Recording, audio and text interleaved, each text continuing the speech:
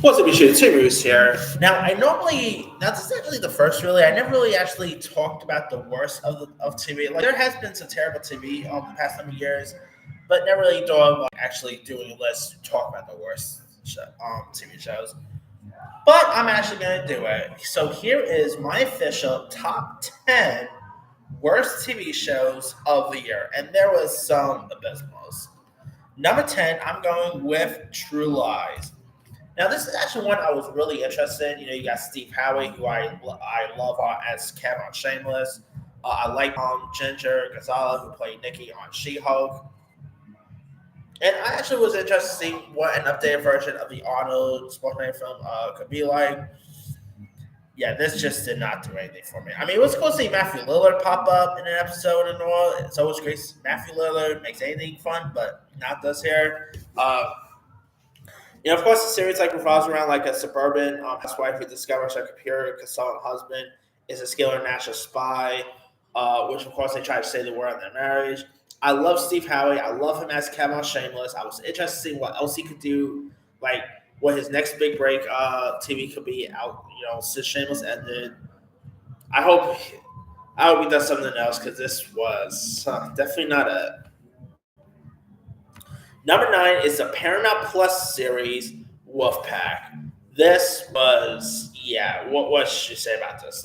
This is, of course, from the same people who gave us Teen Wolf. You had the likes of Amani Jackson, Sarah Michelle Gellar, Rodrigo Santoro. The trailers look pretty decent. And if you guys don't know much about the story, it's where a teen boy and girl have their lives changed forever when a California wildfire awakens a terrifying supernatural creature. And this just did not do anything for me. I did not really care much for the characters. It was completely boring. Really felt like they were trying to make a little bit of a Teen Wolf ripoff here. It's just not that great of a series. So, yeah. Anyway, number 8, I'm going with Stars on Mars. Now, this is actually a reality show that premiered on Fox, where celebrities prepare to take off to the Red Planet, which is, of course, Mars, where they live, eat, sleep, strategize, and bond with each other in the same space station. It was hosted by William Shatner, so that could have been interesting. Some celebs included Christopher Mintz-Plasse, Tanish, Richard Sherman, Natasha Leggero, Ariel Winter, Lance Armstrong. Some really cool celebs here. But this was just Dancing with the Stars, but in space, just without them dancing.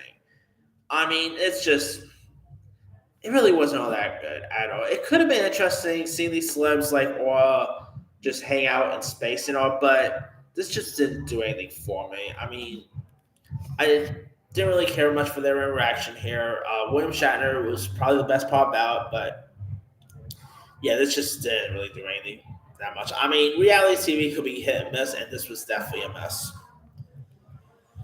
Number 7, I'm going with Citadel. Now, I tried watching this. It is, of course, from the Russo brothers, who I've always liked with the Avengers films, and even Cherry, Greyman.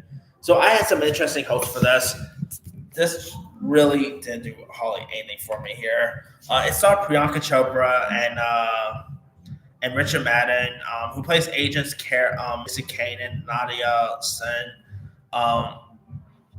And when the global spy agency Citadel has fallen and the memory of its agents has been erased, now the powerful megacore crime syndicate is filling the power with vacuums, and so the agents must pretty much must remember their past and all. And it's just completely boring. Really felt like a little bit of a ripoff of the other Priyanka Chopra series, Quantico, which was pretty good.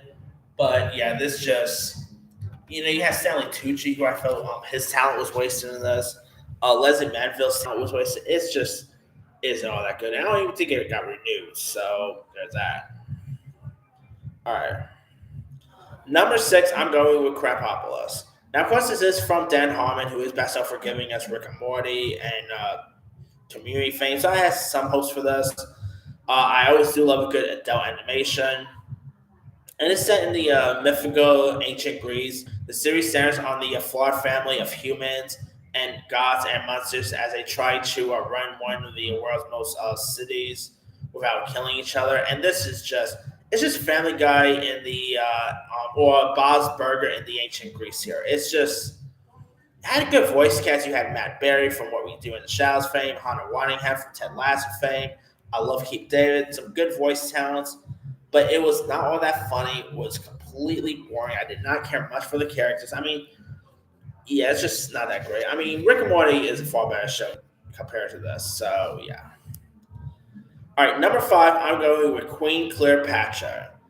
I mean, this is a question from J. Pinkett Smith, where, like, fulfilling her father's wish, a young Cleopatra ascends the throne in Egypt amid sibling rivalry and forms an alliance with the noted Roman leader. Now, I don't mind about a black Cleopatra, but this just didn't really do anything for me. It was really boring. I did not really. It made me not really care much for Queen Cleopatra. Like, just skip this and just watch the Elizabeth Taylor one. So yeah. All right. Number four, this one was disappointing, and that is Velma.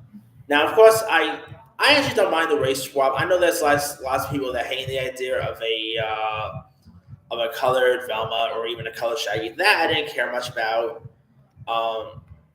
But at least make it good and funny. And this just wasn't all that funny. I mean, it revolves around like the Velma Dinkley and the other human members of Mystery Inc. before their official formation. Now, this is actually the first Scooby Doo series without Scooby Doo, so that was interesting. But yeah, I did not really care for it much. It just really didn't do anything for me. It wasn't all that funny. It made me really not care much for the Mystery Inc. gang. Like, it made what makes the original Scooby Doo so unique is their friendship and family. And Fred was a little bit of a douchey, was a douchebag. I did not care much for Daphne at all on this. Like, I really didn't care much for the Mystery Inc. And I don't care about the color swap. That I don't care about. You want to make Velma black? I don't care. You want to make Shaggy black? I'm cool. But at least make them likable and have a good chemistry with one another. That's all I cared about, and that it didn't really do anything there. All right, number three, I'm going with Secret Invasion. This is the first time I've truly disliked an MCU project. I mean, yes, there's been some that I found to be weak, like Thor, Love and Thunder, not Thor, yeah, Thor, Love and Thunder, Thor, The Dark World, Eternals. Yes, I would admit they are the weakest out of the MCU films, in my opinion. But I don't truly dislike them because there are a lot of stuff in there that I did quite enjoy. But Secret Invasion, on another hand, is for one, I'm cool with the whole AI thing that they had in this, but Secret Invasion just was so bad. I mean, the whole thing with Emilia Clarke's character getting different villain hero powers is completely dumb. The end, like the finale, is one of the worst finales I've ever sat through. I was actually excited for this because I really quite like the Skrulls. I like Sam Jackson, Nick Fury. I was like, oh yeah, let's get what we have here. It's just not that good a show. It was completely boring. Really didn't do anything to pique my attention. It started out strong, but it went sideways. Thank God Loki season 2 came around when it did, because that really was much better. All right. Number two, I'm going with Gotham Knights. Now, this is, of course, the CW DC series, where the mystery who framed them soon leads to court for hours. Over time, they evolve into becoming Gotham Knights, Gotham City Protectors. Holy cow, the acting and dialogue is some of the worst I've ever seen on TV. This is really a show without Batman, which, okay, cool, I guess. It was cool seeing the guy from Supernatural as Two-Face, but even he wasn't enough to save this. I mean, this was the last nail in the coffin for CW superhero shows. I mean, I really quite like when CW did DC stuff. It's from Arrow to The Flash. What else? To Supergirl. But this is the worst thing they've ever put out. And frankly, I don't see CW ever going back with doing. They're now putting out stuff from Canada and international territories, I don't think we're ever going to get another Arrow for CW or even another Riverdale or anything like that. So it is what it is, I guess. And my number one worst TV show of the year is disappointing because this was in my top 10 anticipated shows of that year. The Ida. This is actually one show I was excited for. You have the guy from the creator of Euphoria, which I love Euphoria. I like The Weeknd. He was pretty good in Uncut Gems. I like Lily Rose. Had some other good cast members like Define Joy Randolph, Hank Azaria. But holy cow, I have no idea what the heck was going on with this at all. Some of the dialogue, oh my God, some of the worst I've ever seen in a HBO project. I mean, there's some dialogue that I'm not going to repeat because this is a YouTube page. And, the acting in this was horrendous. Didn't do anything for me to pique my interest. I mean, what A24 and Sam Levinson was doing is beyond me. I guess they want you put a show set in the Euphoria world and all, which is cool, but just give me Euphoria season 3. That's all. Hopefully season 3 comes around soon, but we'll see. But that's pretty much it there. Here is my quick rundown. Number 10, True Lies. 9, Wolfpack. 8, Stars on Mars. 7, Citadel. 6, Krapopolis.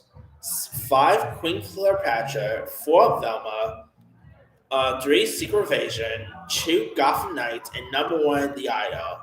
Let me leave with you guys. What are some of the worst TV shows you've seen this whole year? Drop comments below. Don't forget to subscribe, hit that bell for notification. This is Timmy signing out.